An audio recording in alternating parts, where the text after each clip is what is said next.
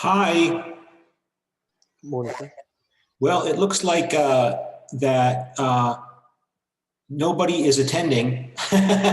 I'm here in K338, and I'm the only one here. So I was told, the secretaries in the department told me that it might well be that nobody will show up. But just in case, I moved up here, but I'm using my laptop, and I hope you can hear me okay.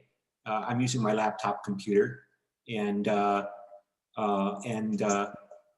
like I would in my class, like I would in my office, I'm just sitting here in the classroom, and I wanted to get the computer going because I want to make sure everybody had a chance to join in, and it's saying my internet connection is unstable. That doesn't make any sense. I don't think I'm using the Wi-Fi, the Catholic University Career Wi-Fi. So if somebody has any problems, please let me know. I can run back down to my office and plug into the landline if necessary.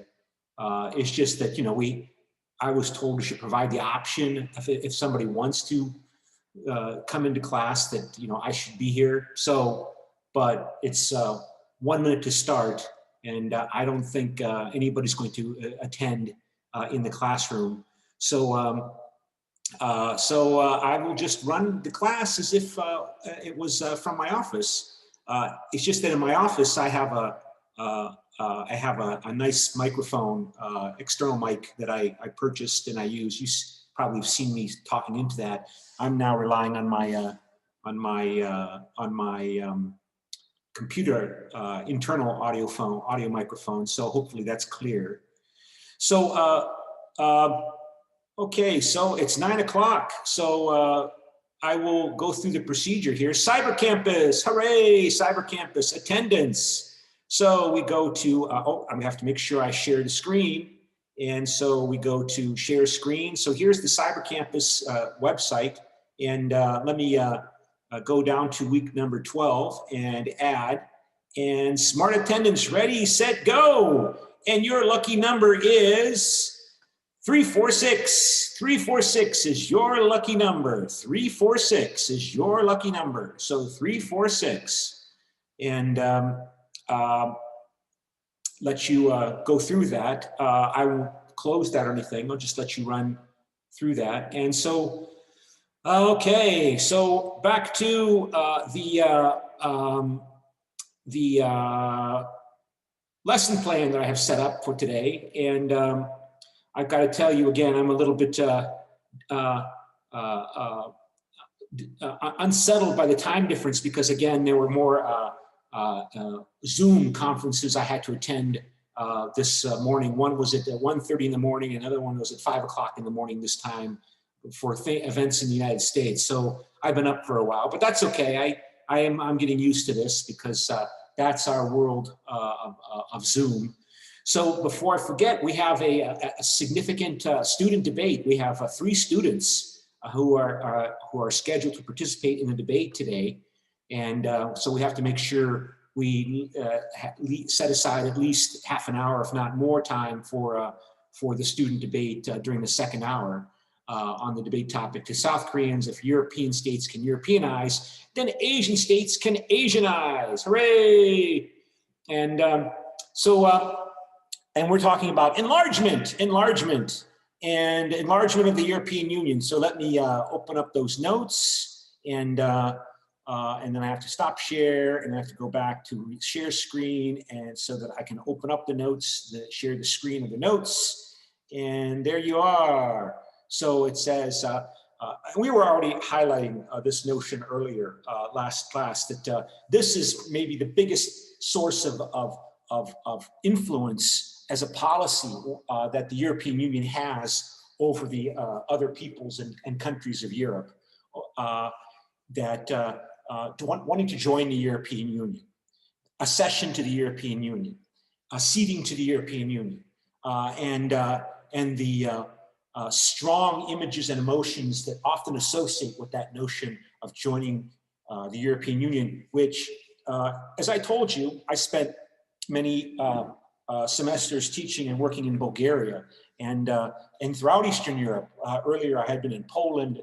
This idea of the former communist countries, among the politicians talking to their people, that Poland or Bulgaria or Romania or Hungary must return to Europe. They must return to Europe. They must join or return to Europe.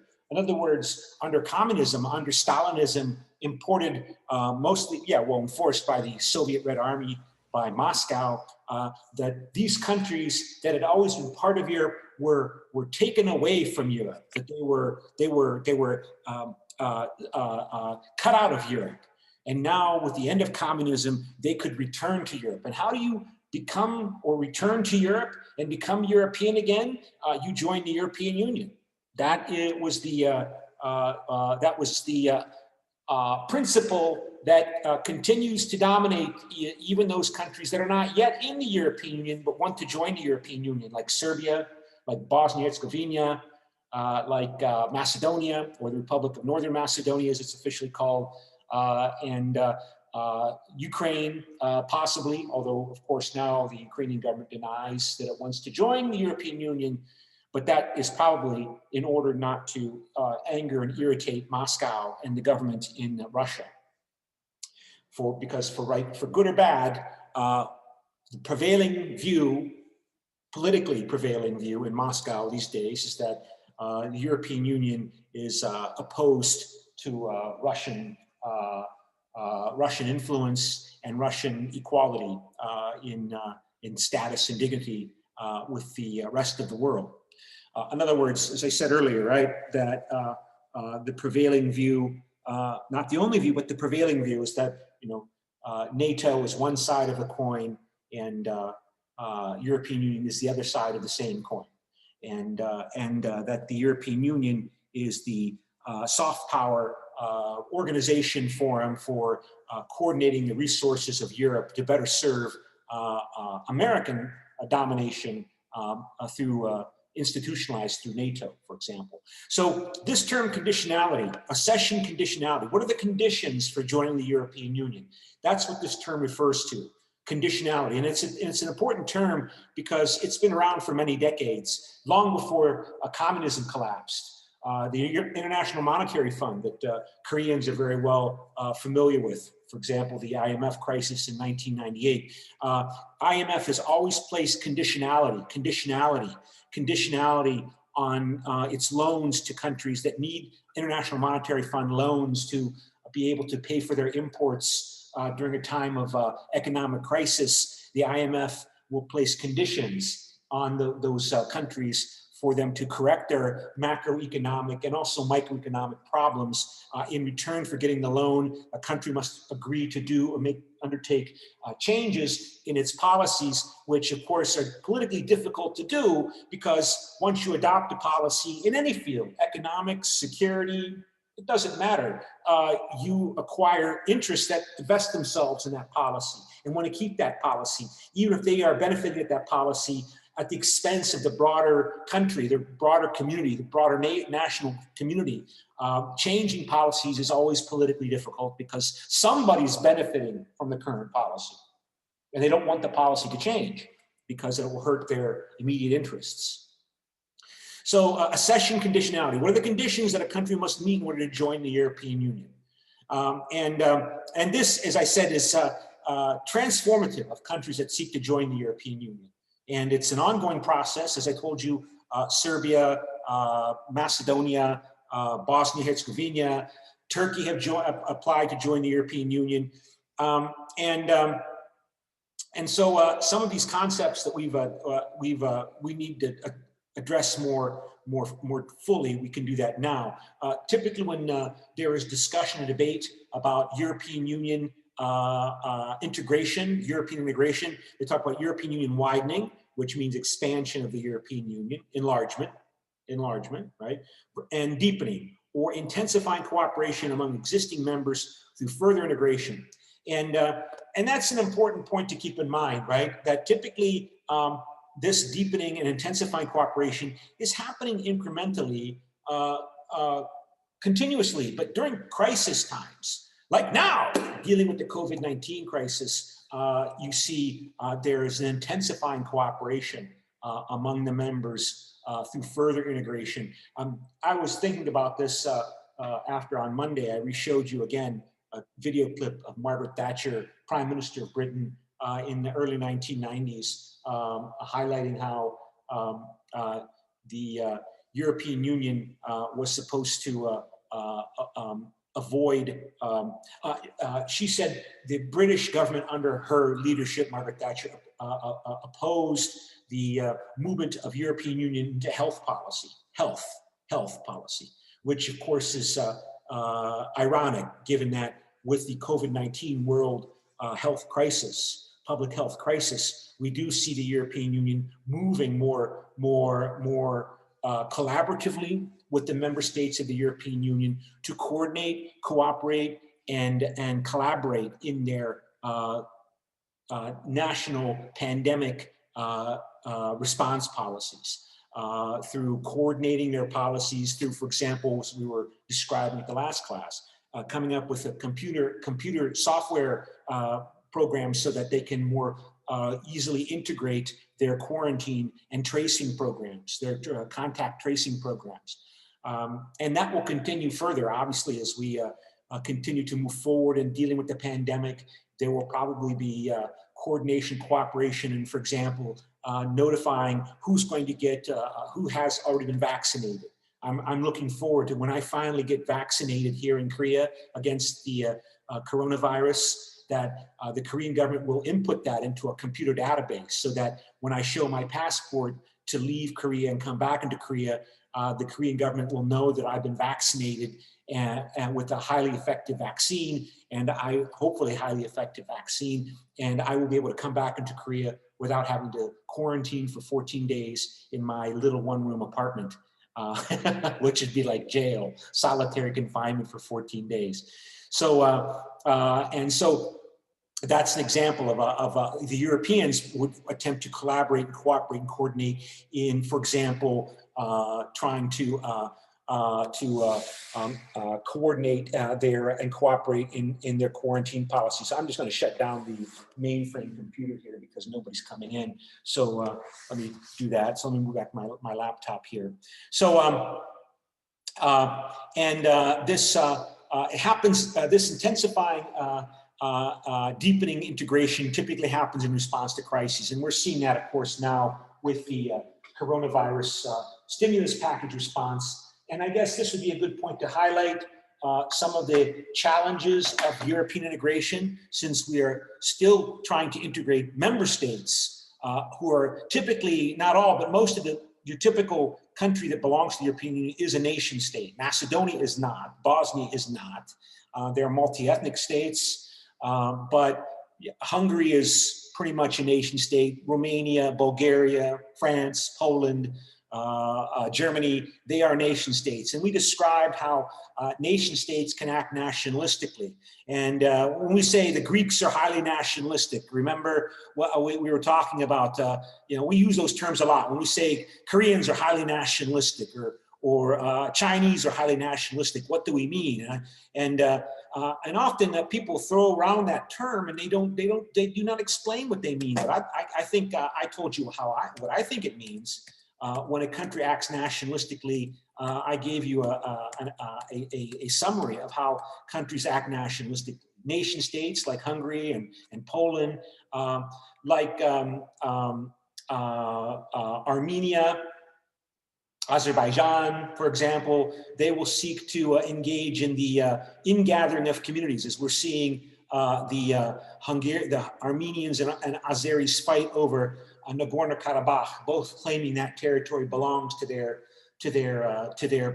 respective nations, that territory belongs to their respective nations. Remember, there's 4 community bases for nationalistic behavior: perceived cultural community, perceived racial community, perceived religious community, and perceived territorial community. And examples of nation states in which those 4 perceived community bases for nationalism more or less overlap with territory, territorial boundaries, sectarian religious boundaries, ethnic perceived cultural boundaries, and racial perceived cultural boundaries.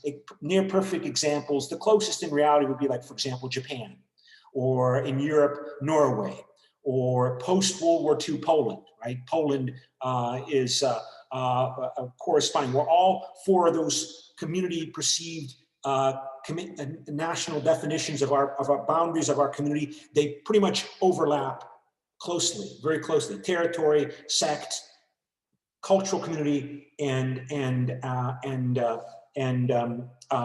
ethnic community. And you see, territorial community is very powerful. I mean, Jewish nationalists in Israel, they want to hold on to the West Bank, or what they call Judea and Samaria in the biblical terms, for what we call the West Bank of the Jordan River, occupied by the Israeli army in 1967, the Palestinian territories, which the Jewish nationalists call Judea and Samaria. They don't want to give up that territory because it's so symbolically powerful to them. You Koreans understand this, right? When over the fighting between Japan, or argument with Japan over Dok Island, for example. But that territory, even though I don't even know if anybody lives there anymore. I think there was a Korean man who lived there. I think he died. There's nobody living there, but that's Korean territory, right? Let's go back to Europe. Serbian nationalism and its identification with Kosovo, or Kosova in the Albanian nationalist term, right? That is to Serbs what Jerusalem is to Jewish nationalists today.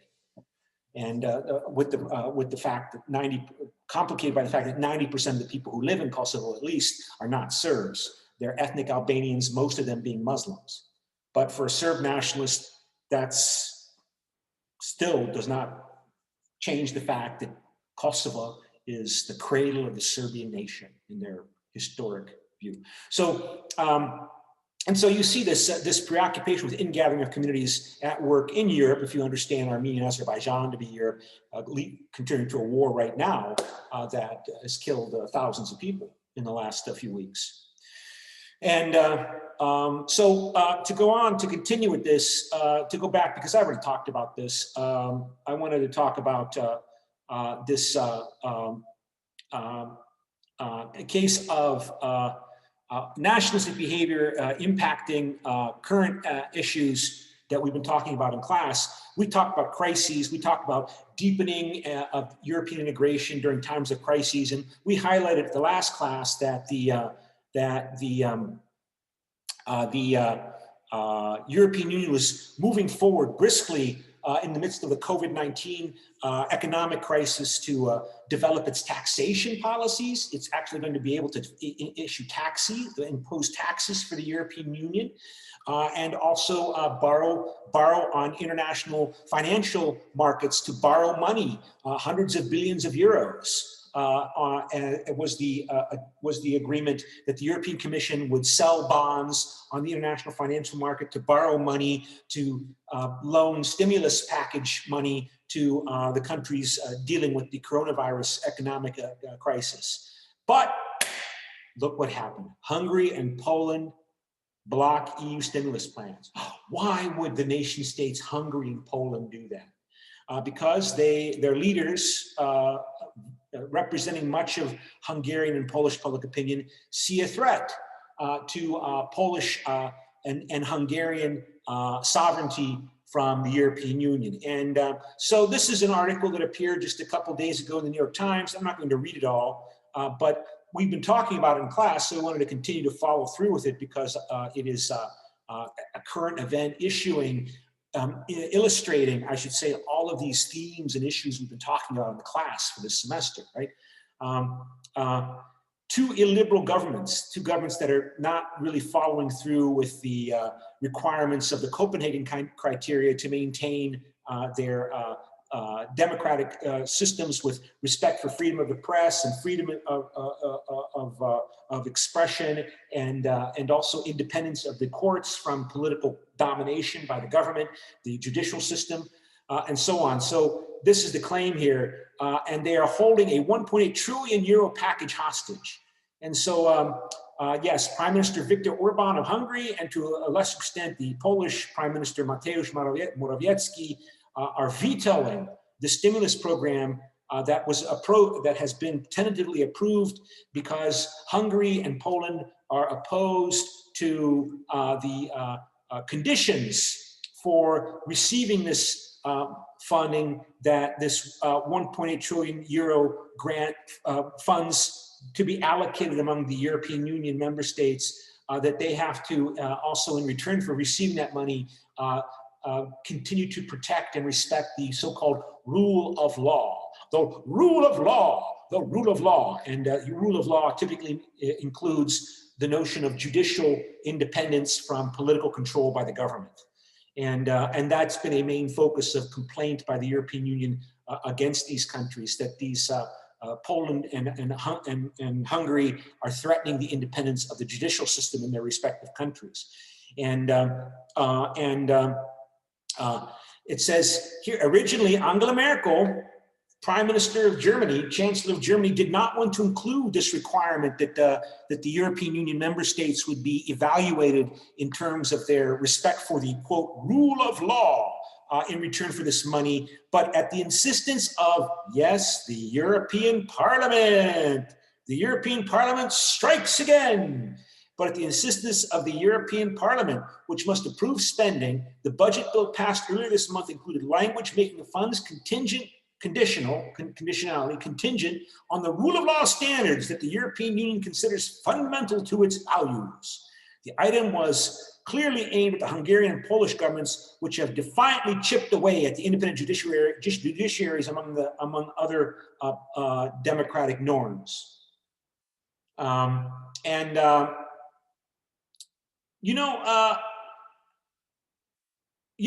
I read the New York, I'm just thinking here, I'm writing a paper on this topic, and I've written a paper on this topic, and I'm continuing to work on it to try to hopefully send it somewhere. When I read the New York Times, it's a pro-European Union perspective paper, right? And I've already tried to highlight how these people, like the Polish Law and Justice Party, that dominates the Polish government. That's the party of Mateusz Morawiecki, the Prime Minister of Poland. I don't know, I don't follow so closely what's going on in Hungary because I have to pick what I spend my time on. But the notion that these, conservative nationalist governments are somehow anti-democratic or a threat to democracy, of course, clashes with the fact that these governments and their parties continue to win re-election, right? Like Donald Trump almost won re-election. He lost the election by what? Maybe 100,000 votes total. And so why are they so popular if they're so bad? Why are they so popular if they're so bad? And that's an important question. And again, I think we talked about this earlier about how, from the perspective of the European Union, the European Union does not want there to be revenge. I think the French term is revanche against the former communists. That they want the former communist period not to be a topic of retribution, punishment for those people who collaborated with the Communist Party by joining the Communist Party and fulfilling the Communist Party's demands, the Communist Party that was kept in power through the Soviet Red Army, the Soviet Army. In other words, people that were working for the Communist Party in Poland or Hungary were working for the occupiers, the invaders who were occupying the country, who had done so much harm to Poland and Hungary, right? I think I told you, right? When I first went to Poland in the late 1980s, I went to the Polish Warsaw University, and I spent time at the economics department there. And today, even 30, 40 years ago, nationalism was highly focused upon economic prosperity, right? Everybody wants to be modern and developed. Everybody wants to be like South Korea, right? Including the former communist countries. Can we do in our country what the South Koreans did, going from one of the poorest countries in the world to one of the most prosperous? And I think I mentioned this when I was in Poland. You know, the Polish economists I spoke with there would point out to me that, you know, Spain and Poland at the end of World War II were about at the same, they claimed at the same level of economic development. And the same level of destruction from war. Spain from the Spanish Civil War, Poland from World War II. And look what Spain had accomplished by 1989. It was part of the European Union. It was a middle-level country. It was prosperous. And look at Poland. Look at poor Poland in 1989. Economically devastated by communism, so corrupt, so much many problems in society, not just economic problems, but cultural problems. I mean, the level of alcoholism in Poland was skyrocket, was incredibly high because of the legacy of totalitarianism. I could tell you lots of strange stories about when I was in Poland at this time, which I really don't want to go into now. But the point is, look what Spain had achieved. So the Polish people often struck me, particularly intellectual people, as angry people. They are angry people. And so, and the European Union was always concerned that there would be authoritarian populist governments that would emerge in these former communist states that would focus a lot on punishing those people that collaborated with the communists. And to collaborate with the communists, you have to understand, this was an ugly process. I mean, I spent time in, let me tell you another story. I spent time in the Soviet Union in 1985. I went to Moscow for a semester, and I won't go into it all here because we don't have too much time to spend on it. But when I was there with 11 other students from the United States studying Russian language at the Pushkin Institute of Russian Language in Moscow. And we were looking for friends among Russians because we wanted to practice our Russian. So we wanted to meet young Russian people, other Russian students who could show us around Moscow and could experience Moscow and practice our Russian. And we found a couple of friends. I don't remember how we met them. I think we might have met them on a subway station somehow. And they were young guys who could speak English well. And they were named Yuri and Bach. Yuri and Bach were the two names. And they became our friends, and we hang out with them, and they showed us around. And you know, but it became kind of strange that we thought that, wow, these young guys, we were told that Russians would not come into our residence hall, into our dormitory of our Pushkin Language Institute, because they were being watched. And if any Russians came into this dormitory, this residence hall where foreigners were living and to study, that they would be written down by the observers, by the people there that were watching who was coming and going from the building, and they would get in trouble. The police would want to talk to them. Why are you coming into this building where these foreigners are living, where we were living? And Yuri and Bach didn't have any problem with this. They weren't worried about this. The point is that they eventually learned, they admitted to us, they were also assigned by the local city, district, Communist Party department to be our friends. And they were also supposed to monitor what we were doing.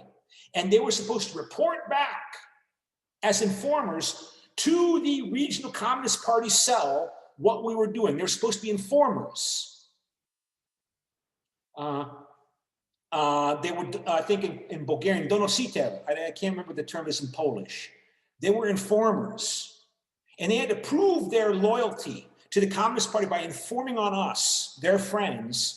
And they told us they were trying to show they were reliable people, politically reliable to the Communist Party, so they would then be allowed to go to work in Iraq, you know, Saddam Hussein's Iraq, and in the oil industry there, and make money, dollars and British pounds and French francs at the time, and accumulate that money, and then take that money back to the Soviet Union, back to Russia when they were finished working abroad, because that hard currency, dollars, Deutschmarks, francs, lira, that money was very, very, very valuable in late communist Soviet Union, right? So that's what these people were doing. That's what happens if you were in the Communist Party. You were supposed to be an informer on your friends and family to the secret police. You're supposed to inform everybody, the secret police, about what everybody was saying, including your own family members. You're supposed to be an informer on your own family members and your colleagues and friends. If somebody says something anti-Soviet, anti-communist, makes hostile statements about the Soviet Union, you could be reported by by these informers. So the point is, and these people have been protected in the view of the Polish government. These collaborators and their descendants have been protected by the Polish courts. By the Polish courts, because the Polish judicial system has never was formally purged, was never the former communists, the judges that were appointed there in the court system under communism were never removed. They stayed until they retired, until they got too old and they just quit because it was time to go on pension. And while they were there, they were also hiring new judges because judges look for the people to replace them. And so these former communist judges are now hiring other people to replace them, and they're still there in power. Sure, communism fell 31 years ago, but the descendants of these communist era judges are still there. And so that's been one of the reasons why the Polish government wants to change the judicial system, because they want to move against these new elites that have emerged out of the old Communist Party leadership. The nomenklatura is the famous word for the Communist Party elite. That these nomenklatura, they used the transition from communism to become the new business people, the new elite in the new system, because they had all of the personal network business connections. They had all of the superior educational opportunities under communism. They were politically reliable, so they were allowed to go to Iraq or even Britain and improve their English and make friends and make the contacts you need to do business. And so these people that were the elite under communism, they continue to be, to a large extent, the elite under the new system. Whereas the people that fought communism didn't get those benefits, didn't join the Communist Party, were therefore not allowed to go study abroad, right? We're not allowed to get all of these opportunities. And they're the ones that who are in second-class status today in 2020 in these countries. So the point is that I wanted to bring that up, because when I read the New York Times, it's not sympathetic to the supporters of Viktor Orban or the Law and Justice Party in Poland. And so here you see the Hungarian and Polish governments representing these nationalist parties in these two countries have refused to approve this coronavirus economic stimulus package, because apparently this type of budget package requires unanimous approval. All 27 member states have to agree to it. So it's a different system than in the ordinary legislative procedure, because as you know, in the ordinary legislative procedure, used to be called the co-decision procedure previously, the ordinary legislative procedure, you need simply qualified majority vote. But apparently this coronavirus program requires unanimous approval, which I haven't looked into the reasons why. I assume because it's such a revolutionary advance in European integration that it requires unanimous agreement by all of the member states to do something so radical without making a formal change to the treaty through the treaties of the European Union, through an intergovernmental conference, and then a signing ceremony, and then if you're not going to do that, you at least have to have unanimous agreement among the 27 member states to do something so radical as borrow hundreds of billions of euros on international financial markets by selling bonds, and also instituting a European Union taxation system on the European Union countries. And Poland and Hungary saying, no, if you're going to require that we adhere to your notions of what rule of law mean in our countries, we oppose it. So that's where we stand right now. And as we speak, there's negotiations and bargaining going on to try to convince the Hungarians and Poles to change their minds, to change their positions, and probably the European Union will probably back down. They will probably they will do something to basically make the Hungarians and Poles accept agree to this program. Hungary and Poland have long been the European Commission's crosshairs. You know what a crosshair is? Crosshair is on a rifle. When you're aiming to shoot a rifle, it has a scope, and in the scope there's a crosshair like this. So the European Commission's crosshairs for such violations. They're the only two countries in the history of the European Union to have been investigated by the Commission, the bloc's executive arm, under the so-called Article 7 of its treaty, which allows for the suspension of a member state's voting rights if it is found to be repeatedly violating fundamental EU values, as the rest of the European Union conclude, right? I mean, there is no European Union God who can tell you, I, God, tell you that Poland and Hungary are violating the European Union's values. The European Union itself decides who is violating its values. And Hungary and Poland, of course, deny that they're violating EU values. But the efforts to hold the two governments accountable have failed. Ultimately, suspending one member's voting rights would require a unanimous vote by the rest, and Poland and Hungary would always veto each other's punishment. Mrs. Merkel, whose country now holds the European Union's rotating presidency, because as we covered previously, right, that the presidency of the Council of the European Union, the Council of Ministers, rotates every 6 months. So Germany now holds the presidency of the Council of the European Union, and shepherded the stimulus deal. Germany's shepherded the stimulus deal was originally against the idea of tying EU funds to the rule of law mechanism, as she and other EU leaders have shied away from opening more rifts that could further compromise the bloc in the aftermath of Britain's departure. So, okay, so, but she acquiesced to what the European Parliament wanted, and it goes on and describes here that the European Parliament members defend themselves, pointing out that Viktor Orban is starting a culture war against the LGBTQ community, lesbian, gay, bisexual, transsexual questioning community, and so on here. And so, ready for a poll? Respond to the following statement. EU enlargement increases human rights disputes in the European Union. So let's stop share and let's go to polling and go to polls. And here,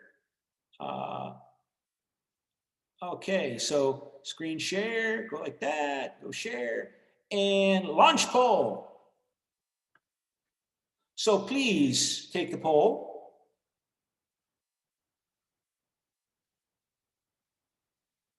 One minute.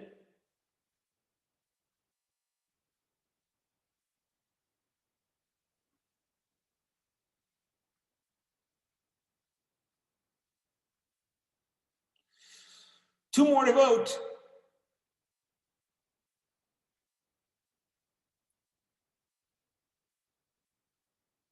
$30 seconds.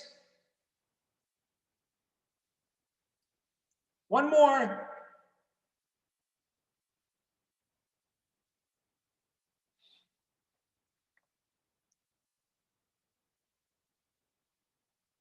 One more. 10 seconds.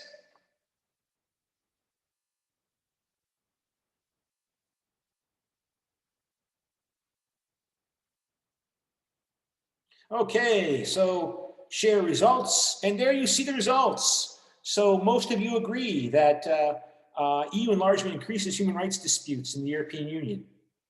Okay, so we'll stop the share. And so, of course, the next question then becomes, let me see here, screen share, and we go back to that original question there. So increasing European Union human rights disputes are good, bad, or significant or irrelevant. So increasing frequency of EU human rights disputes, are they good, bad, or significant or irrelevant? So is it a good thing that there's increasing disputes and discussion about European Union values, European Union human rights? Is it bad or insignificant or irrelevant? So let me go back to stop share and go back to polling and go back to polls and see here. So launch poll. Increasing EU human rights disputes are good, bad, or insignificant, irrelevant.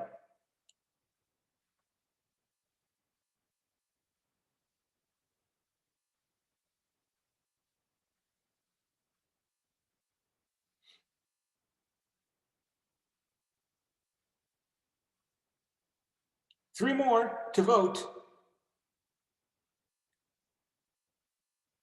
Okay, all done. And poll and share results. So most of you think it's a good thing. And you could make the argument that it is a good thing, right? That we're having this discussion. We're talking about rights. We're not just assuming what we've always been taught or learned from the time we were born, that gypsies are bad. Let's pick on Eastern Europe again, because, well, not just Eastern Europe. There's problems with Roma, so-called Roma gypsies are traditionally stereotyped throughout the European Union as being, really negatively stereotyped. And so when the European Union is saying, Romania, Bulgaria, you need to do more to protect and develop and respect the rights of your gypsies. And of course, Bulgarians and Romanians respond going, what are you talking about? It's their fault. They're so, they're just bad. They're just bad people. They're a source of problems. But the fact that we're talking about it, we start to ask, well, what makes them bad? How did they become bad? Are all bad, or just a lot of them bad? Or why do you assume that all of them are bad? Or if they're not genetically bad, then society makes them that way. Why is society producing that kind of person, right? I mean, how can we change a situation? What would be the benefits if we change a situation? Wouldn't it be better if most of our prisoners, most of the students, for example, in special education schools in Bulgaria, when I was there, the communist system set up the communist government set up a system of special schools for students that had handicaps, including mental handicaps.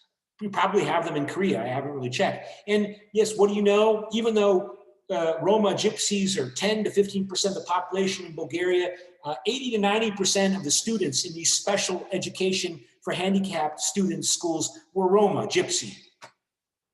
Why is that happening? Okay, so the fact that we're having this discussion is consciousness raising. And we need to be aware of the systemic processes producing these people the way they are, including the stereotypes we have of them, because the stereotypes are stereotypes. Not all gypsies are bad. Sure, they're disproportionately involved in criminal activity, but that's because they're desperately poor and illiterate.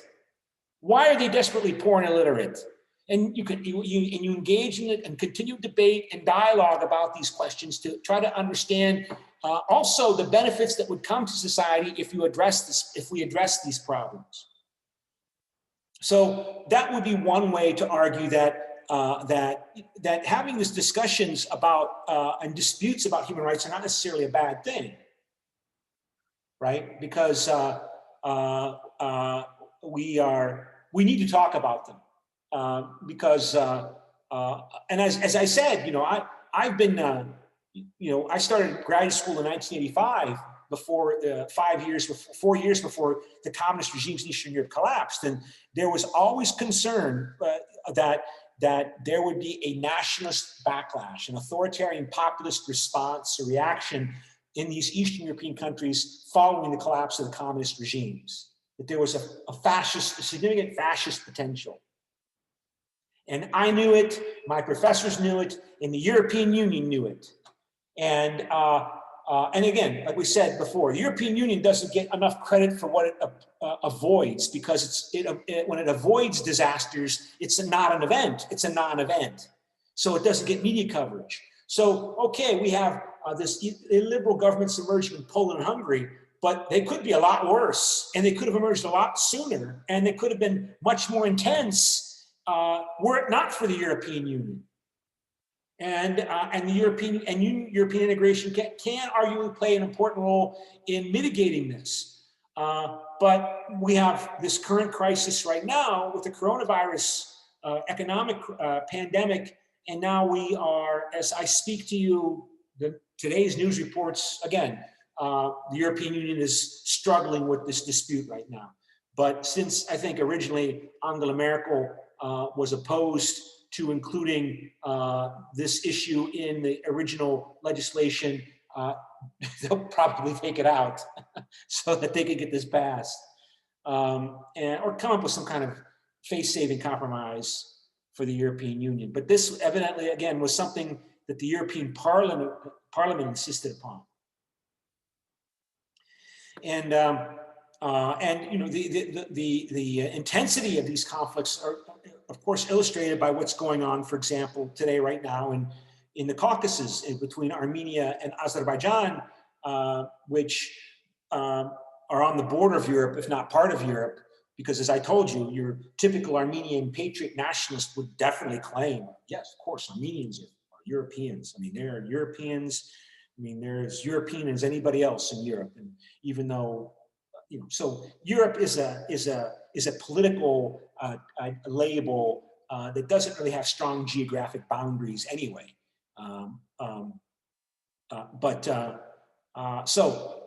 And as I said, this war, which was not a surprise, we always knew that Azerbaijan was going to use its oil money because it has lots of oil. Armenia doesn't. Armenia does not have oil. Azerbaijan has lots of oil. That it was going to use this money, this oil, to buy, purchase weapons, to sell the oil and use it to buy weapons, including drones from Israel and Turkey.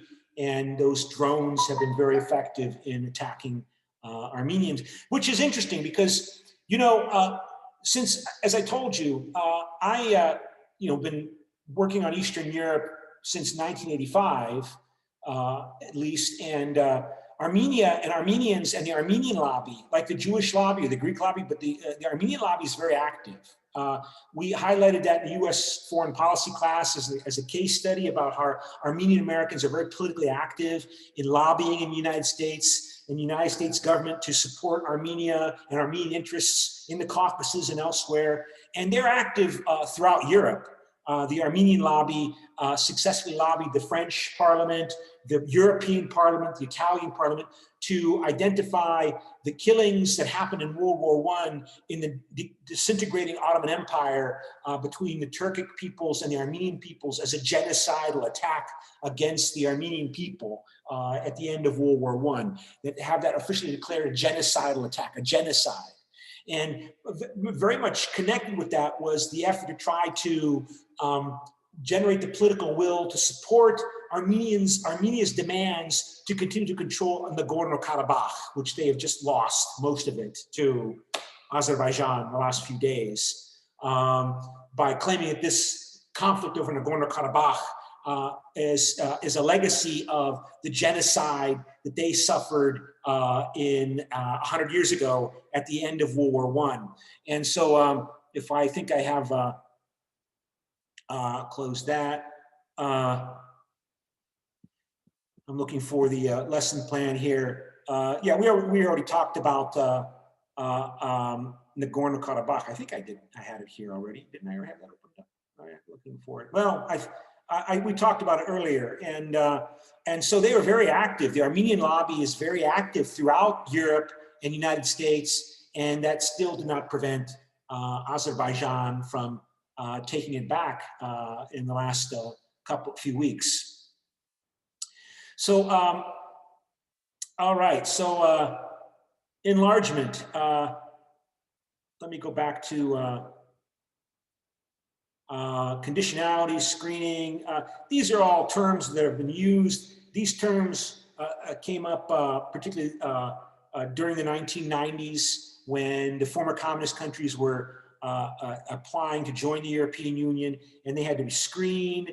Again, the European Union explained to the countries that wanted to join the European Union that what did they have to do to join the European Union, and the European Union pointed to what we call the Copenhagen criteria, adopted in Copenhagen, Denmark, summit of the European Union leaders, and that included the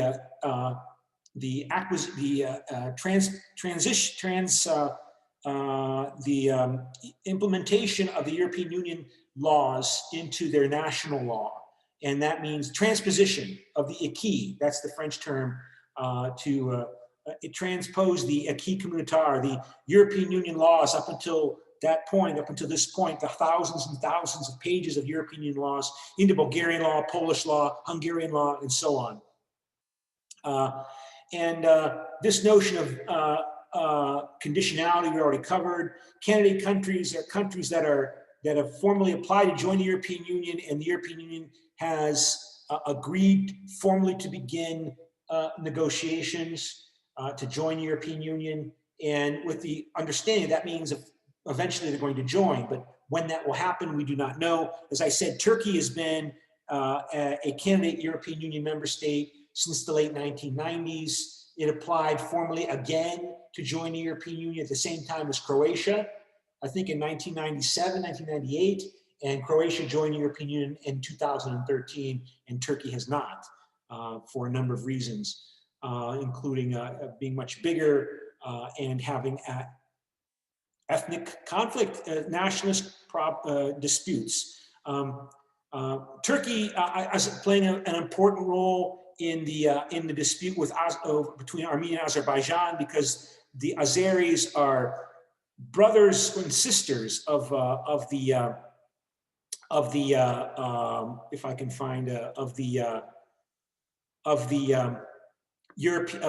Turks. Let me see, I have to keep doing this. I have to go back and share screen again.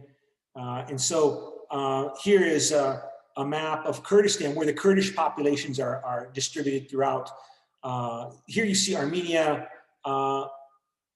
They don't have, Nagorno-Karabakh is a region within Azerbaijan. It was a province within Azerbaijan that the communists under Stalin and Lenin created, that was autonomous Armenian, but still part of the Azerbaijan Republic.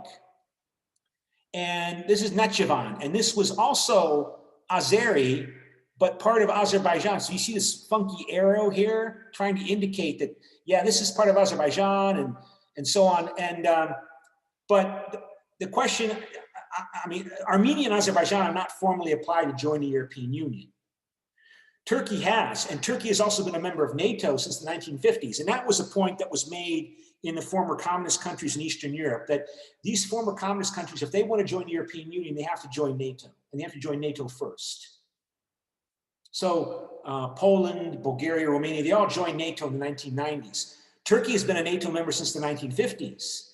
Why isn't Turkey's membership in the European Union application, why isn't his application moving more strongly forward? Primarily because of this Kurdish issue. You can see Kurds are an ethnic group that speak a language that is in the same family of Indo-European languages as Italian, Greek, German, and English, French, Dutch, and so on. They're Indo-Europeans. And we don't know fully how many there are. There are maybe upwards of 30 million. Most of them are concentrated in Turkey. And of course, these maps are deceptive, because they imply that everybody living here is Kurdish, and they're not. The majority of the population is Kurdish, but there are a lot of Turkish people that live here, and there are other groups that live here as well, although the majority of the population is Kurdish. And there are 3 to 4 million Kurds here in northern Iraq, 2 to 3 million Kurds here that the Americans have allied with to fight the Islamic State in Syria, Kurds here, 3 to 4 million Kurds in Iran. And Kurdish nationalists have a dream, not all Kurds, but a lot of Kurds have a dream of taking this territory away from Turkey, Syria, Iraq, and Iran, and unifying it into an independent Kurdish state for the Kurds, so the Kurds can have self-determination and self-expression as a national community, instead of being dominated by the Turks and the Arabs of Syria and the Arabs of Iraq and the Persians and of Iran, who tend to stereotype these people as backward minority. Remember we talked about stereotyping in this class? Kurds are stereotyped as backward, primitive, in other words, cruel, primitive, willing to cooperate with outside powers to suppress these people. And so they've been subject to genocidal attacks periodically over the last 120 years. And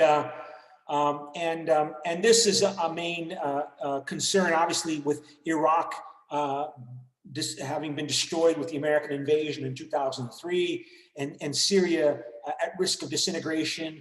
Now that these Kurds can have their dream of unifying and creating an independent state for the Kurds, and would therefore encourage these Kurds to dream nationalist dreams and unify with these Kurds, and so on. So that is a concern that the European Union does not want to integrate into the European Union by integrating Turkey into the European Union.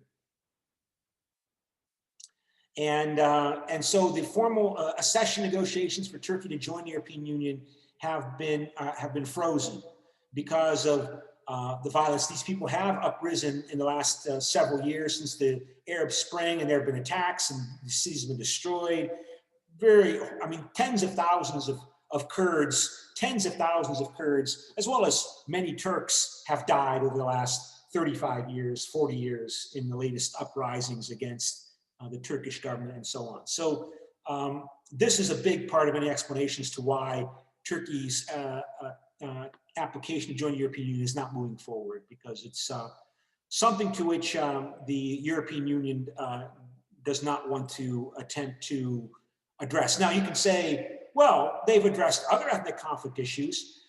Northern Ireland, for example. I mean, one of the reasons why peace has come to Ireland, despite many years of violence and conflict, includes Ireland and Britain's integration into the European Union, right? And now Britain's leaving the European Union, and that has been a big source of concern. That look, the European Union is supposed to be a strategy for peace. So that means addressing and resolving ethnic conflicts between Irish and English, Irish and British, between Catalans and Spanish, between Basques and Spanish, between Bosnians, Serbians, and Croats, between Macedonians and Albanians. So why not also bring peace to Kurds and Turks? It's supposed to be a peace strategy, right? So, and that's a strong argument, right? But I think the European Union views it's just too big. Turkey's, Ireland, only 5.5 million people live on the entire island of Ireland. There are almost 90 million people living in Turkey. And the Kurds are divided up amongst the countries of the Middle East. And this is an important point that maybe I haven't emphasized enough, that there is a long tradition in these countries, and I guess I closed it, and I should not have closed it. There's a long tradition in these countries of exploiting the Kurds, as leverage to pressure neighboring countries by encouraging the Kurds in a neighboring country to rise up as a source of pressure to pressure the government of that other country. So if I can go back to that screen here and see if I can find it here, and because I did open it, and so share screen, and I have to find it again because I shouldn't have closed it, and see if I can find it here. What's that? Oh, close that. Yeah, I wanted to go back to the Kurdistan map that I shouldn't have closed. So maybe I just do it like this. It's always easier, maybe. So Kurdistan, come on, Kurdistan. Yeah, so, and then share screen. Okay, so here you see, there was a long tradition, for example, of Syria arming and equipping and giving money and guns to the Kurdish Workers' Party here, representing the Kurdish militants in Kurdistan, or Turkey or Iran supporting these Kurds in Iraq when Saddam Hussein was in power. Iran, when it was at war with Iraq in 1980s under Saddam Hussein, Iran was encouraging these Kurds to rise up by giving them weapons and support. So they use these discontented Kurdish minorities as leverage against the governments of these countries. And the European Union does not want to incorporate all of that into the European Union because perhaps because they think they can't, it's too much. They can't deal with it politically. So that's one issue for why Turkey has accession candidacy has not moved forward. And it's unlikely, you know, when I read the news reports that it's going to move forward before someone else joins. I mean, I'm certain that Macedonia and Serbia and Albania, for example, will join the European Union before Turkey ever does, because they're smaller countries. They're surrounded by European Union member states, like Serbia and so on, are surrounded by European Union member states. And so it's easier for them to be able, politically, for the European Union to deal with those challenges. But as I go on here, I just wanted to highlight here that this was in the news yesterday in the New York Times, a news report about how they've arrested somebody for a bombing in England during the violence between the Irish nationalists and the British government, bombing in two pubs, two Hoffs in Birmingham, England, that killed 21 people. And the British government has arrested someone after this 1974 bombing just a couple days ago, and killed by the Irish Republican Army, the Provisional Irish Republican Army.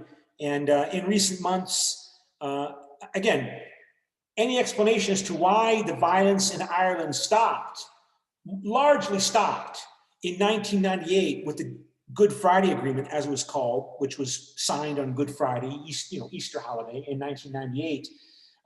Any explanation as to why the violence stopped that began in the early 1970s and lasted for over 20 years, 25 years, longer, almost 30 years, has to include the European integration. It's not sufficient, but it is a necessary part of why peace came to Ireland, is the European integration. And so, as we said, the European Union is supposed to be a peace strategy. So if it's supposed to be a peace strategy, it has to deal with these ethnic conflicts. And they're very difficult to deal with, obviously. I mean, it took so long to bring peace to Ireland. This little island of 5 million people. All of these resources of the European Union, the British government, the United States was involved, the Canadian government was involved. It took years and years of effort. It's difficult. And you see what happens. I mean, it leads to death and destruction in the Caucasus between the Armenians and the Azeri people there. So when we say the European Union is a peace strategy, it has a big task to succeed in being a peace strategy, because ethnic conflicts are extremely difficult to deal with. In recent months, as Britain moves towards its final farewell to the European Union, Northern Ireland's fortunes have become entwined in the relationship between London and Washington. The British government of Prime Minister Boris Johnson has drawn up legislation that critics say would rebuild border restrictions dismantled under the Good Friday Agreement. Border restrictions between Northern Ireland, the northern part of Ireland, and the Republic of Ireland in the south, right? The rest of the island. Due to European Union integration, there is no border between those two regions.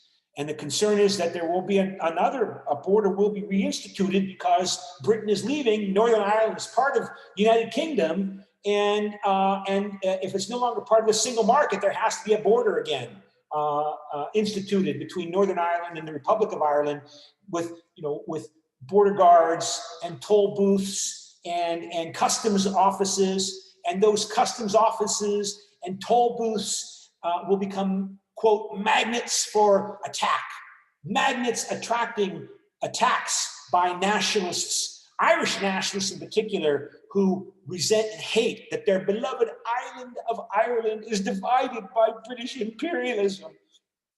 And they don't care so much because we're all part of the European Union. But now United Kingdom is leaving the European Union and the single market, which means there has to be customs offices and border regulations. And those offices and the people working in them will become magnets, targets for Irish nationalists to attack them again, like they did until the 1998 Good Friday Agreement. But in Washington, President-elect Joseph R. Biden Jr. has warned Mr. Johnson that the Good Friday Agreement should not be compromised. The United States was intensely involved in negotiating the Good Friday Agreement under Bill Clinton's administration, under the Clinton administration. We can't allow the Good Friday Agreement that brought peace to Northern Ireland to become a casualty of Brexit from the European Union. Mr. Biden wrote on Twitter in September, any trade deal between US and the United Kingdom must be contingent upon respect for the agreement and preventing the return of a hard border between Northern Ireland and the Republic of Ireland, right? So your geography is all pretty good. So you know where these areas are. And if I can find, I don't, did I close that again? I hope I didn't. I closed too many files because I think it might speed up or facilitate moving between screens here, but I shouldn't do that because I have to then go back. I always should keep Wikipedia open here. So Wikipedia and, okay, so the Troubles, right? And let me open that up, and just to show you, remind you what I'm talking about here, the Troubles. So there's Northern Ireland as part of the United Kingdom, and there's the Republic of Ireland, and the violence that began, it says, in the late 1960s and deemed to have ended with the Good Friday Agreement of 1998. So United Kingdom is leaving the European Union, so should there be free movement of goods and services and capital and labor, the four freedoms of the single market of the European Union have to end, stop between Northern Ireland and the Republic of Ireland.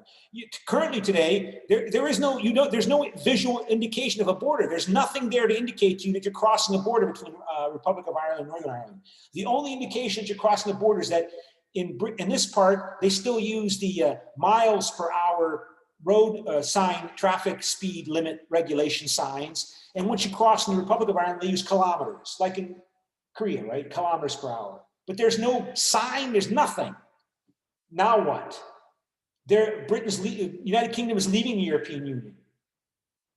So, and so there was some discussion that maybe Britain under Boris Johnson was playing a political game with the Republic of Ireland, daring the Republic of Ireland to institute border controls, like just take United Kingdom and Northern Ireland out of the European Union and leave it to the Republic of Ireland to decide what is it going to do. Is it going to restrict movement from Northern Ireland in the Republic of Ireland?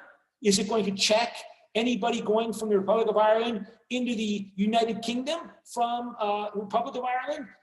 Let the Republic of Ireland figure it out, and dare them to put restrictions, economic restrictions on trade and commerce between Northern Ireland and Republic of Ireland. Make it the problem of Dublin, of the Republic of Ireland. Let them solve it, and leave it to them. And that is a concern that the British, but of course now with the United States electing Joe Biden, who claims he's Irish American, that his ancestors are Irish, that he has a concern here for Ireland, that he might have been able to do something like that under Donald Trump, but he can't. Boris Johnson, I should say, the Prime Minister of the United Kingdom, doesn't have a strong support for his Brexit from the European Union as now that Joe Biden is going to become president.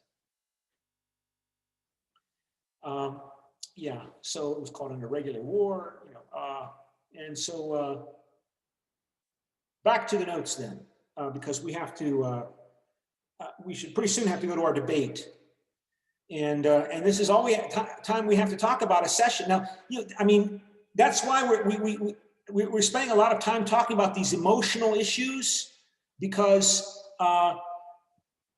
I want to try to show you how, if the European Union is a peace strategy, it has to deal with these very difficult issues, which Koreans understand, because Koreans are patriotic.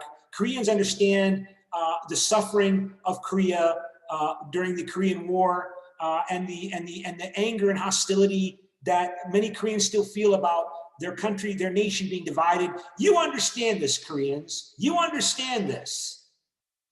And so as we think about the debate, if Europeanization, if European peoples and states can Europeanize, that means what? What does that mean? I leave that to you to decide in the debate topic, in the debate.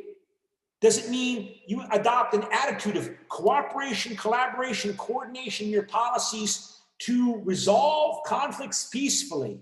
No more war to resolve conflicts between Germans and French and Italians and Belgians, and no more war. That we are going to resolve our conflicts by cooperating, coordinating, collaborating, and that means that everyone must benefit. Outcomes must be seen and perceived as win-win rather than zero-sum. Can Asia do that?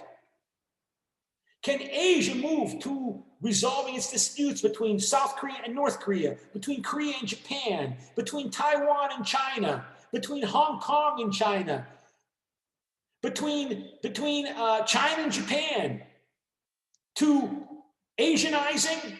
Is that what Asianize would mean? If that's also what it means to Europeanize? There's no final answer to those questions, right? But they're the interesting questions. How to bring peace to Europe? How to bring peace to Asia? And so enlargement is an important part of that, right? Some of you in your essays claim that Asia's in your essays that you submitted on Wednesday, that Asia's too diverse. There's too much difference between communist China and democratic South Korea, and oh my gosh, it's between poor Myanmar and prosperous Japan, and Cambodia. Remember how diverse Europe was in 1945. Half of the country was occupied by the Soviet Red Army. Totalitarian Stalinist regimes were being put in place. You had a communist government in power in Moscow, if you consider Russia and Russians to be Europeans or part of Europe. You had Stalin in power in Russia. You had a quasi-fascist regime in power still in Spain and Portugal until the mid-1970s. Franco and Salazar in Portugal and Spain. They were not democracies. You had a military junta dictatorship come to power in Greece in 1967 and stay in power until 1974. You had Turkey invading Cyprus in 1974. And then, I mean, so there was tremendous differences as well. People actually died of starvation in some parts of Europe at the end of World War II because of the devastation of the war. Europe was very diverse when European integration began and achieved its first milestone with the European coal and steel community, if you consider that to be a first milestone, in 1951. And now European Union has 27 member states. Other countries are not part of the European Union, but are still closely integrated with Europe, like Switzerland, Norway. Maybe Britain will stay, I assume Britain will stay integrated. So, can that happen in Asia, with maybe South Korea and Japan being the motor, the core of Asian integration, the way democratic West Germany and France, democratic France, after World War II, were the engine and the core of European integration. South Korea and Japan, maybe Taiwan, I don't know, could be part of the core, the engine of Asian integration. Yes? No? And so we look to the enlargement process of the European Union, because it most starkly illustrates the European Union in action as a peace strategy, at least for Europe. And it's not also always necessarily peaceful, right? The increasing integration of Ukraine into the European Union in 2014, 6 years ago, triggered the Russians to intervene and support a war that has killed over 10,000 people in Ukraine. So it's not necessarily always encouraging peace, this European enlargement. Why not? What happened? What's wrong? What's going on? What are the assumptions there? What is the prevailing view in Moscow? Why doesn't Moscow respect and applaud the European Union? Why? I think I have my answers, that I've been highlighting, in my class and in my thinking, about how Russia prevailing views the European Union as two sides of the same coin. And I lost my coin. I was going to show you my coin again, but oh, there it is, right? For good or bad, right? But so that's why we're talking about enlargement and what it involves and how it's the Copenhagen criteria. There you see it. Ta-da! The conclusions of the European Council of Copenhagen stated that if you want to join the European Union, the candidate country has to have achieved stability of institutions guaranteeing democracy, the rule of law, human rights, and respect for protection of minorities, including gender minorities. The existence of a functioning market economy, as well as the capacity to cope with competitive pressure and market forces in the European Union, and the presupposition of the candidate's ability to take on the obligations of membership, including adherence to the aims of political, economic, and monetary union. Now, these are all very broad and general statements. These have to be interpreted because they're very vague and broad. What does that mean? The existence of a functioning market economy, as well as what does this mean? As well as the capacity to cope with competitive pressure and market forces in the European Union. What does that mean? I think one of the things it means is that if you're Ukraine or Serbia, like Bulgaria and Romania 15 years ago, or the other former communist countries, you have to be able to create companies that can compete with French companies, Italian companies, German companies, Belgian companies in selling and competing for market share in your country's market as part of the European Union market. Because if Poland joins the European Union and German companies come in and just devastate these former Polish communist companies that are unable to compete because they've been under communist control for so many years, how are the Polish people going to respond if Germans and French come in and buy and take over all of the economy in Poland because Polish business people can't compete? Polish companies can't compete. So you have to be ready to compete before you can join the single market. That's what I've been working on in terms of trying to interpret what this means. And being able to, adhere to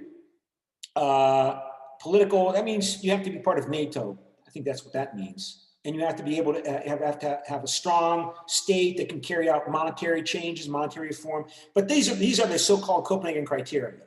And of course, Turkey supposedly is lacking here because it doesn't treat its Kurds right. It doesn't have full freedom of expression. Lots of journalists are in jail now in Turkey. Turkey puts in jail journalists who criticize the government. Okay, we need to go to our debate. So let me see, screen share. Well, let me open up again, screen share the question for today. And the debate question is, To South Koreans, if European states can Europeanize, Asian states can Asianize. So, Hyun Kwon-dang and Sung Young-go and Chun Choi, are you ready? Hello? Yes. Yes. Okay, so now what I want to do, I want to share the screen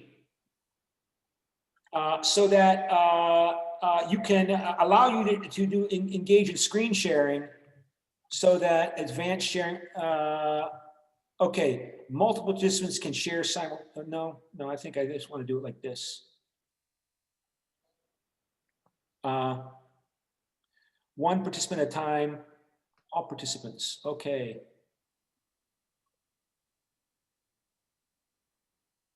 Okay, so we are ready to go. And let me go back. So I made it possible for everybody to screen share. So Hyun Kwang-dang, you can start. Yes. Yep. I screen sharing now.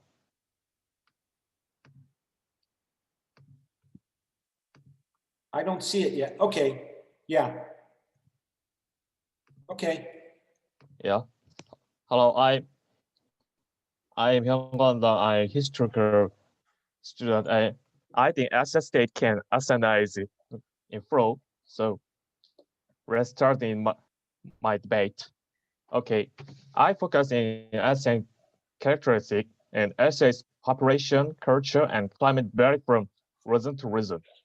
So, and ASEAN nationalism is stronger than other regions and compare with Europe and North America. And so ASEAN have a weak sense of regional authority, but I think there is a, but this weak, I think ASEAN can ASEAN. So I focus in ASEAN culture and Northeast historical academic. So now pay. So I think I call ASEAN cultural integration effort. ASEAN founded in 1967 and now joined by 10 countries. And they attempt to commonize the diplomatic and security and military assets through the 2003 Bali Conventions. Yeah, but it is true that there is still a lack of policy expression, but their cultural common sense through cultural cooperation, such a performance. So next, I I focus the Northeast Asia. So Northeast Asia already know has stronger distrust and neighboring countries in region. So this often stems from historical awareness. So now territory disputes stemming from historical always continue. But I don't check this. Northeast Asia is very very large of economic reasons. So I focus the and so joint history research in Northeast Asia. They need they need to join research has increased due to the problems and globalization and postmodern and historian history. And they influenced by French and German joint textbook writing and the history of New Europe. So they continue joint research joint commit and history between Korea and Japan since 2000. So and they further NGO history organization in Korea, China, and Japan. So these pictures joint history research achievement in Europe. They affecting illustrate history by Europe and German, French, textbook to collaboration textbook and this joint history research achievement RK China and Japan. See, this NGO program project and they China, Korea, Japan collaboration textbook and their Northeast Historical Foundation, the Korean Japan project. So conclusion, it's true that SNS is still lacking compared to Europe, but we are working for a common denominator through culture and academic exchange. So I think as around this trend continues, ASEAN is possibly gradually. Thank you, sir. Thank you. Okay, does anybody have a question to Pro? Anybody want to ask a question to Pro at this time? Well, you'll have more time to think about it because Pro will speak twice more, but we can now go to Khan. And so again, we have two people who are part of Khan, as you can see here, and Sun Kyung Go and Chunuk Choi. So Khan has to decide has to organize how they're going to make their participation. So who's going to speak first for Khan?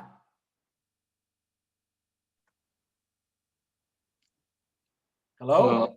I don't see Sung Young Go on the participant list right now. He's not in the class. Okay, Mr. Choi, will you speak for Khan then? Yeah, I will. Okay.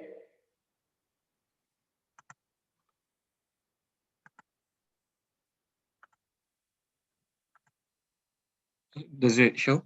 Yes. I'm on the con side of to South Koreans. If European states can Europeanize, then Asian states can Asianize. Having allied countries bring various advantages. However, the European Union is something far more deeper and larger than a group of allied countries. So the European Union shapes a single market across the borders and strengthens the unity through diverse policies that are applied and affected all of the member states of the European Union are affected from it. And Asia is also a continent with numerous powerful countries. And they already have Asian allies, Asian alliances that support the Asian economy. However, an Asian union may be something too difficult to accomplish, and I think one of the most basic reasons is geographically Asian countries are not close enough, whereas the European Union member states are much more closer, and most of the member states share the same landmass.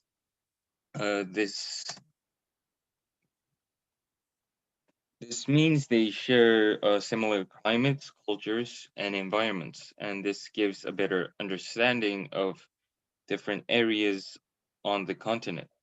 However, Asia is a continent with many countries divided by the oceans, and this means that many Asian countries do not share the similarities that Europe have.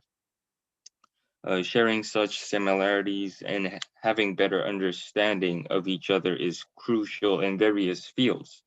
For example, products with background knowledge would sell better, and policy-making procedures could be more flexible. And additionally, Asia has a far more larger landmass. For example, China's single landmass is larger than all of the EU member states combined, and this could mean that Asia sustains the diversity of different regions and groups, thus making the unification of standard more difficult.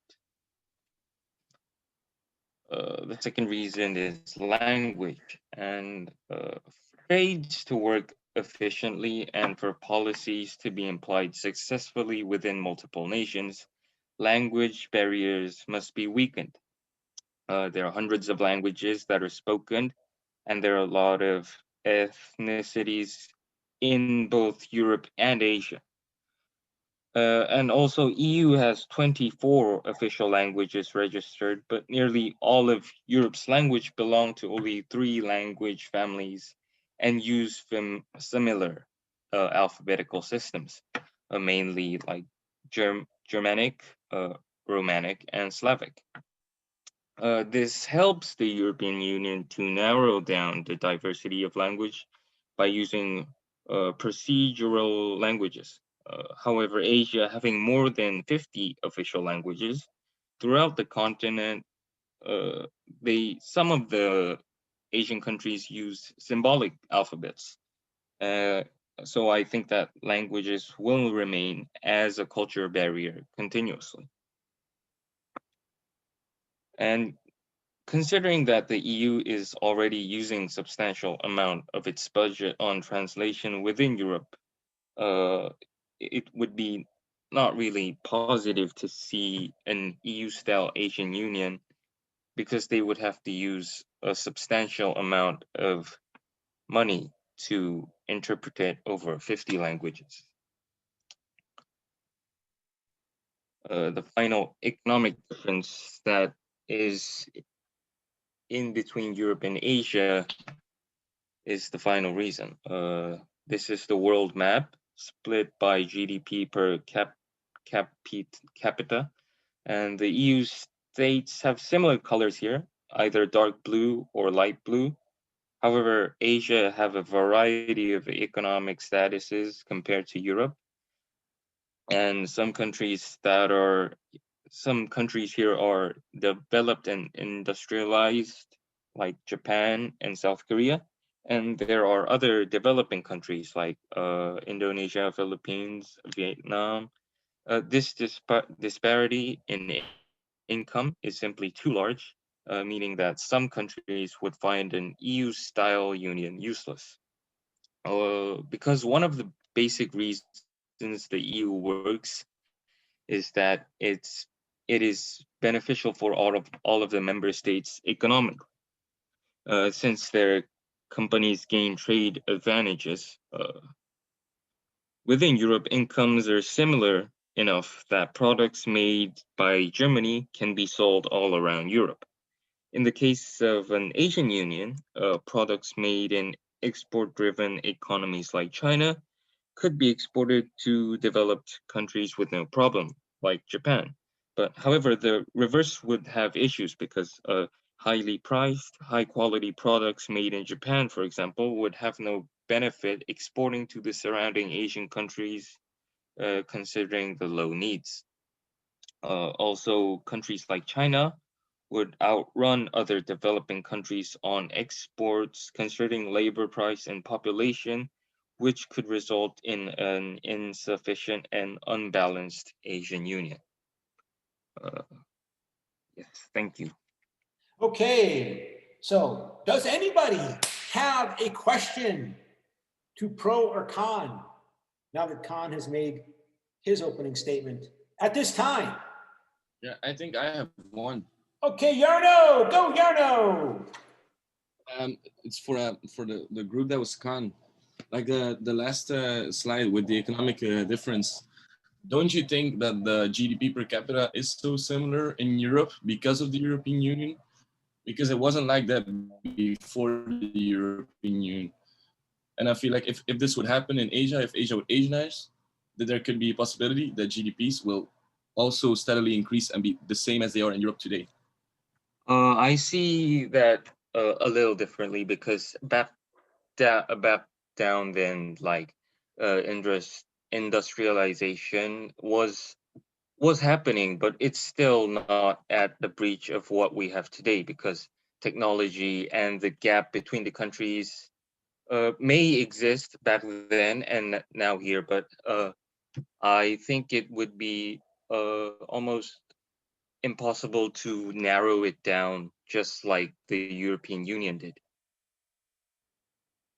Because, for example, Japan mostly exports technology goods, like other countries down in Southeast Asia are exporting basic items such as fabric, corn like crops, and I think there is a way better than just making an Asian Union to make it a balanced society. Someone please check. I thought China was Japan's biggest trade partner. You know, you can check on that. Professor, I con. Another question. And I think you change your gear.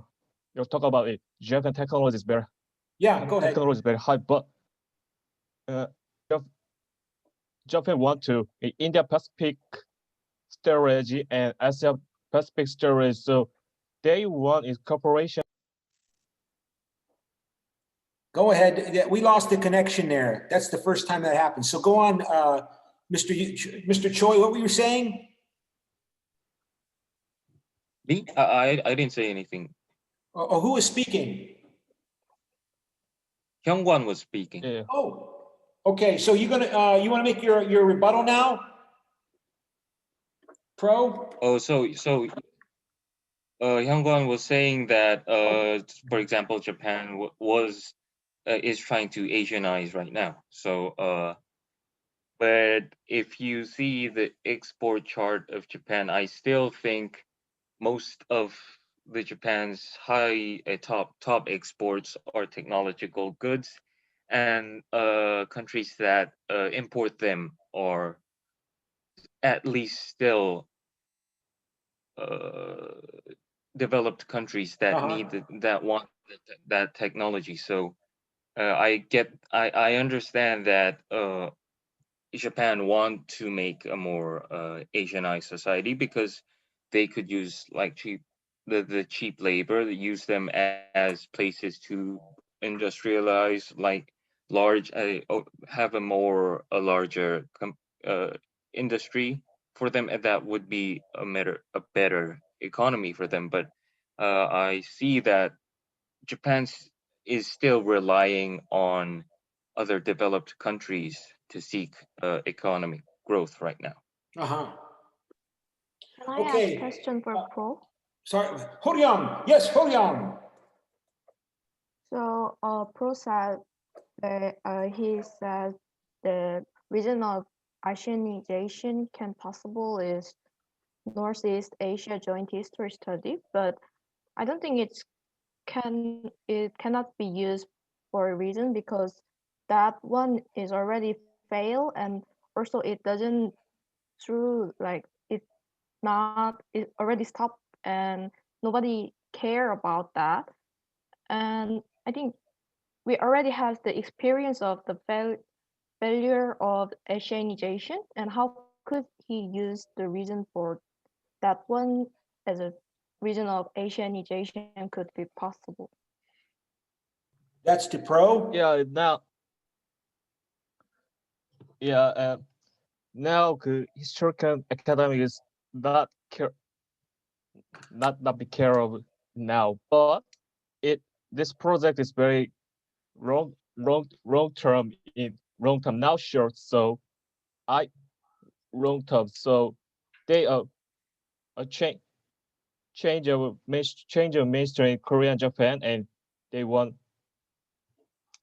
they are pro relationship in now. So I think very I think ASEAN is true. So uh, many people is China is very stronger Asia. So I focus in cooperation in India, Korea, Japan, and ASEAN. So they and geographic linkage in consider in check, and so they in the future, and they may in ASEAN institution, and they institution, and China is in come now this institution. So and this moment and this balance of power in Asia. So I I think Arsenal is no. I'm sorry. I have a question. Okay. Okay. Okay, Mr. Cho, yes. I'm Kim Hyun-chol, and I have two questions actually. And first one is what the book that you like showed us. What was the content of the book? And the second one is like you're Korean, as you're Korean and living in South Korea. Is an ASEAN Union working well and triggering Asian towards unifying, even if each local people to each Chinese, to look Japanese, to each Koreans, because indeed, like the Korean who live in Korea, they don't really think that they feel against each country. like basically to be Asianized, not only cooperate among national government, they gotta stick together among people to people, but actually they're not. That was my question. To whom was the question? Pro or con? Pro. To con. Pro. No, to pro. To Yes. pro. Yeah, they is I think repeat this. So now they don't carry local people, but I said this historical and culture collaboration is very long term, and this achievement in academics. So they think is we're together as young age in idol. My wish, and I think, and ASEAN is in it's very long term, but I agree is very careful integration in Northeast Asia, but it's wrong term in wrong and academic pro, and I I want I think it's as an analyst can as an analyst. It's my opinion. Uh-huh. What was the context of the book? Say it again. My first question about like the book that we should show. What is the content of the book?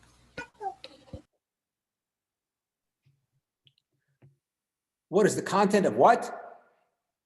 Book the show on the PPT. What oh, you mean this? The presentation by Pro? Yes. My presentation. Yes. Okay.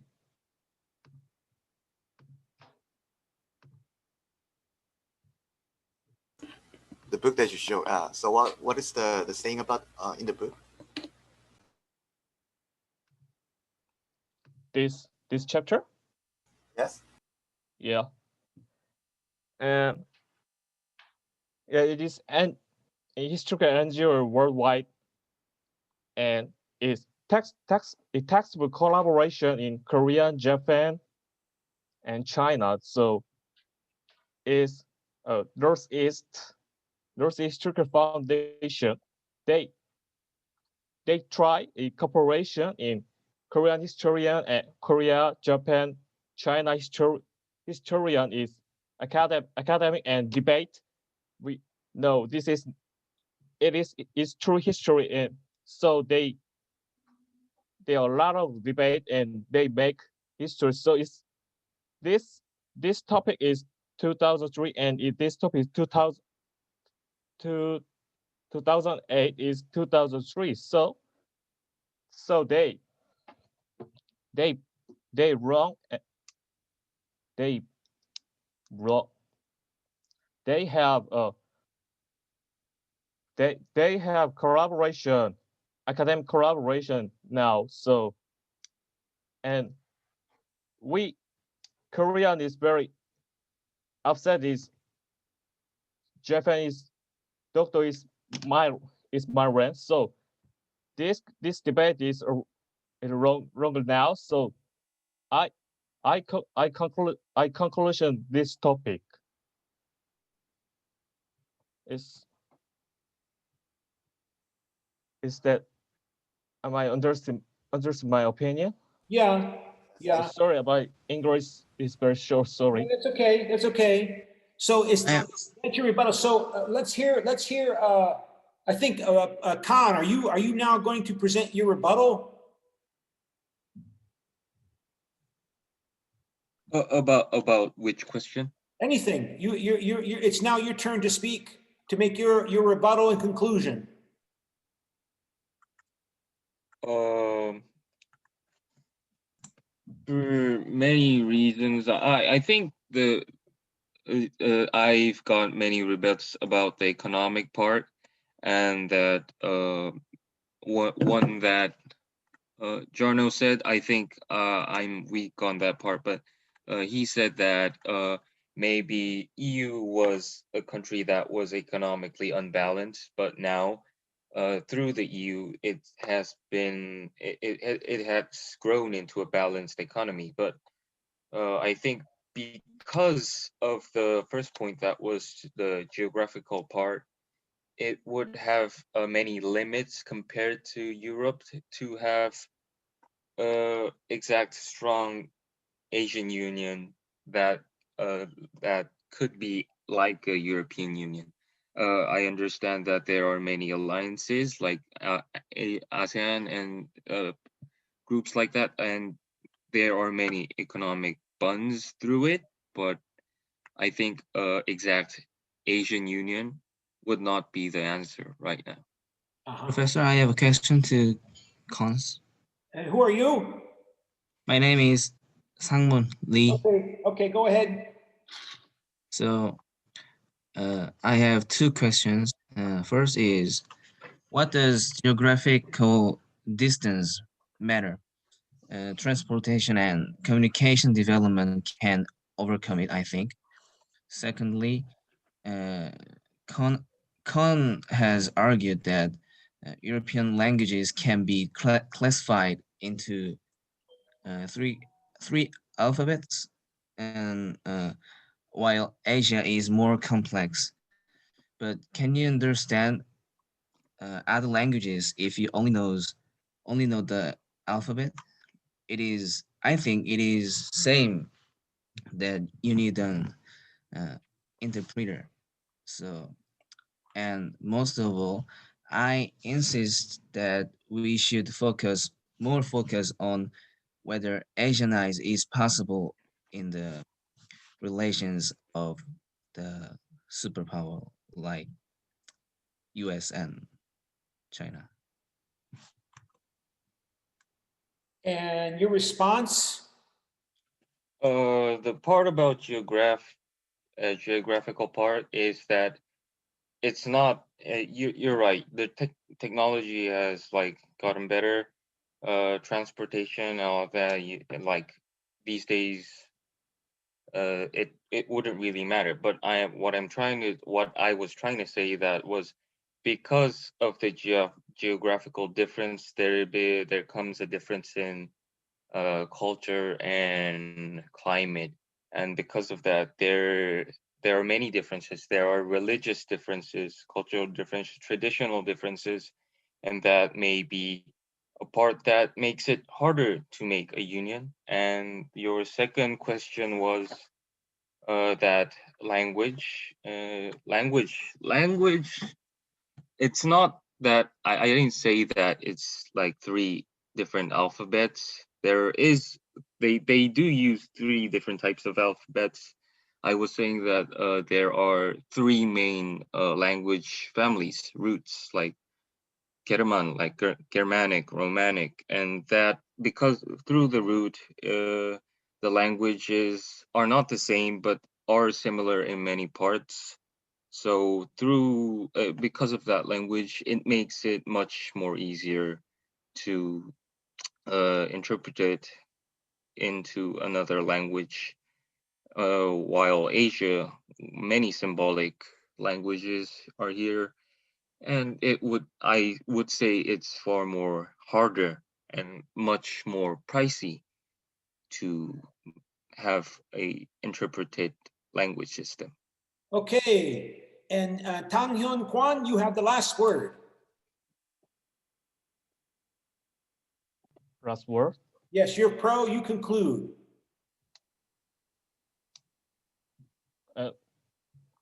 My opinion is the same. So it's my opinion is very utopia, but it's future. I think ASEAN ASEAN states can ASEANize. So because they are cooperation, economic, and history and culture. So this this is this is rent. So they they make ASEAN institution and China come here in institution and many countries and balance of power in institution and ASEAN institution. And I think this moment is very peaceable and can make ASEANAs. Okay, and at that point, we will now do a poll. And the poll is, who won the debate? So please vote. And this person is not there.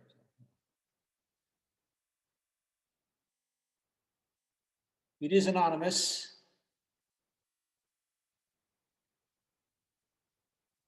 Two more people.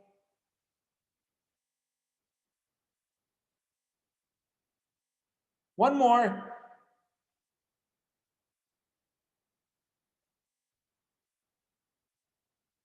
"30 seconds.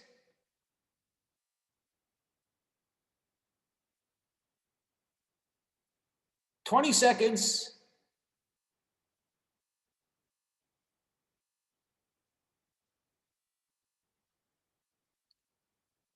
"10 seconds.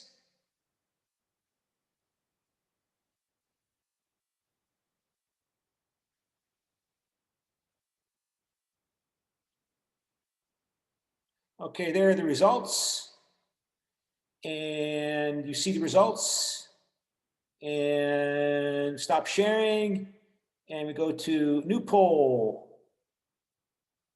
And great week 12 debate.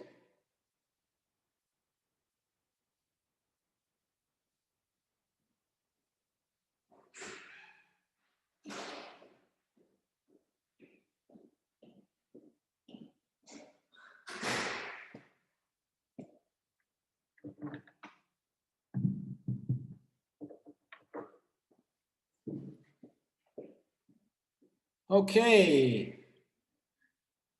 And there you see the results. Okay, so that's it for today. And I got who asked the questions, and I'll put that down. So that's it for today, and I will now end the session, okay? So see you on Zoom on Monday. Bye. See you.